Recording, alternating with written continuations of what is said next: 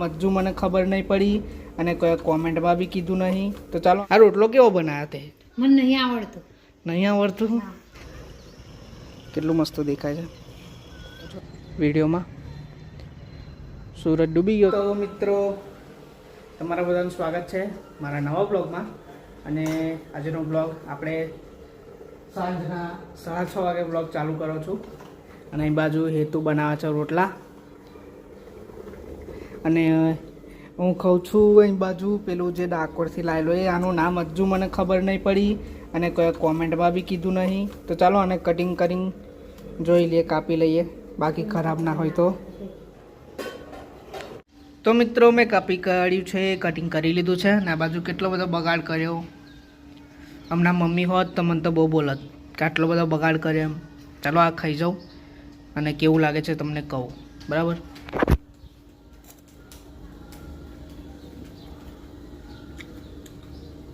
મસ્ત મીઠું લાગે છે અને આનો ટેસ્ટ કરો ને આપણે જામફળ જેવો આવે, પછી પેલા એને શું કહેવાય? ના, હા, નાશપતિ જેવું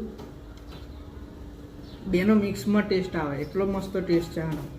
સેતુ પેલો બાજુ બનાવે છે રોટલા અને હું ટીવી ચાલુ કરું હવે. મેં ટીવી ચાલુ કરી લીધી છે, એલજીની છે મારી જોડે. અને આ શું ચાલ્યું હતું? સાઈ બાબાનું સિરિયલ ચાલુ થઈ છે. બોલાવે છે, હવે ખબર નહીં કેમ બોલાવે છે. ચાલો પૂછી લઈએ અને કરી દઈએ ટીવી બંધ. એ તું શું કહું છું તું? કેમ નહીં ચાલે? આ રોટલો કેવો બનાવ્યો તે? મને નહીં આવડતું. નહીં આવડતું? સારું, તો હું પાણી રેડી આવું છું. તો ફ્રેન્ડ્સ એ કહે છે કે છોડમાં પાણી રેડવા જવાનું, તો આપણે પાણી રેડી આવીએ. તો સુધી એનું કામ કરે, હું મારું કામ કરું. તો ચાલો તમને બતાવું. પહેલાં તમે મારા વિડીયોમાં જોયું જ હશે કે હું છોડમાં પાણી રેડું જ છું.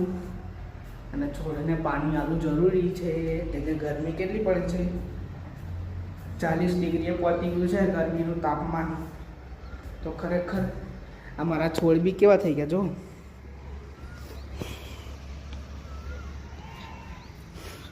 તો ચાલો ડોલ મૂકેલી જ છે, નળ ચાલુ કરી દઈએ તો ડોલ ભરાય, પછી રેડીશું બીજું.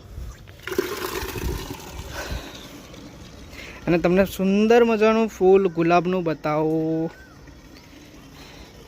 વ્હાઈટ ગુલાબ કેટલું મસ્ત દેખાય છે. અને પેલા ટગરી, ના અને બીજું કંઈક કે ટગરી તો વ્હાઈટ ફૂલ હોય એને ટગરી કે લાગે. હવે આને પૂછવું પડશે, આનું નામ બી મને ખબર નહીં બોલાવું, પણ મસ્ત દેખાય છે. તો ચાલો પાણી રેડી દઉં, પછી આગળનો બ્લોગ જોઈએ. તો તમે જોઈ શકો છો કે આ પક્ષીઓને પીવા માટેનું પાણી અમે ધાબા પર મૂક્યા છે, પણ કેટલું ગંદુ કરી રાખ્યું છે. તો ચાલો એને સાફ કરી દઉં. તો મિત્રો આ કેવું કરી મળ્યું છે, વોમિટ બી થઈ જાય એવું. બધા કૂડામાં તો સાફ કરી લીધું મેં. આ બી એવું જ છે કે વોમિટ થઈ જાય, એટલું મગજ ખરાબ થઈ જાય છે. હવે આ બીજી ડોલ ભરાઈ ગઈ છે અને થોડું રહ્યું છે. પછી સાફ કરીને પાછા આ ભરી દઈએ આપણે પગ, પંચોને પાણી પીવા માટે. અને સુંદર મજાનું સીન તમે જોઈ શકો છો વિડીયોમાં. સૂરજ ડૂબી ગયો છે પણ મિત્રો મેં છોડમાં બી પાણી રેડી દીધું છે અને પેલા કુંડમાં બી પાણી રેડી દીધું છે કે પંચો મતલબ કે ચકલીને બધા પાણી પીવા માટે આવે. તો ચાલો હું જાઉં છું નીચે હવે પાછો, કેમ કે આપણું કામ પૂરું થઈ ગયું છે.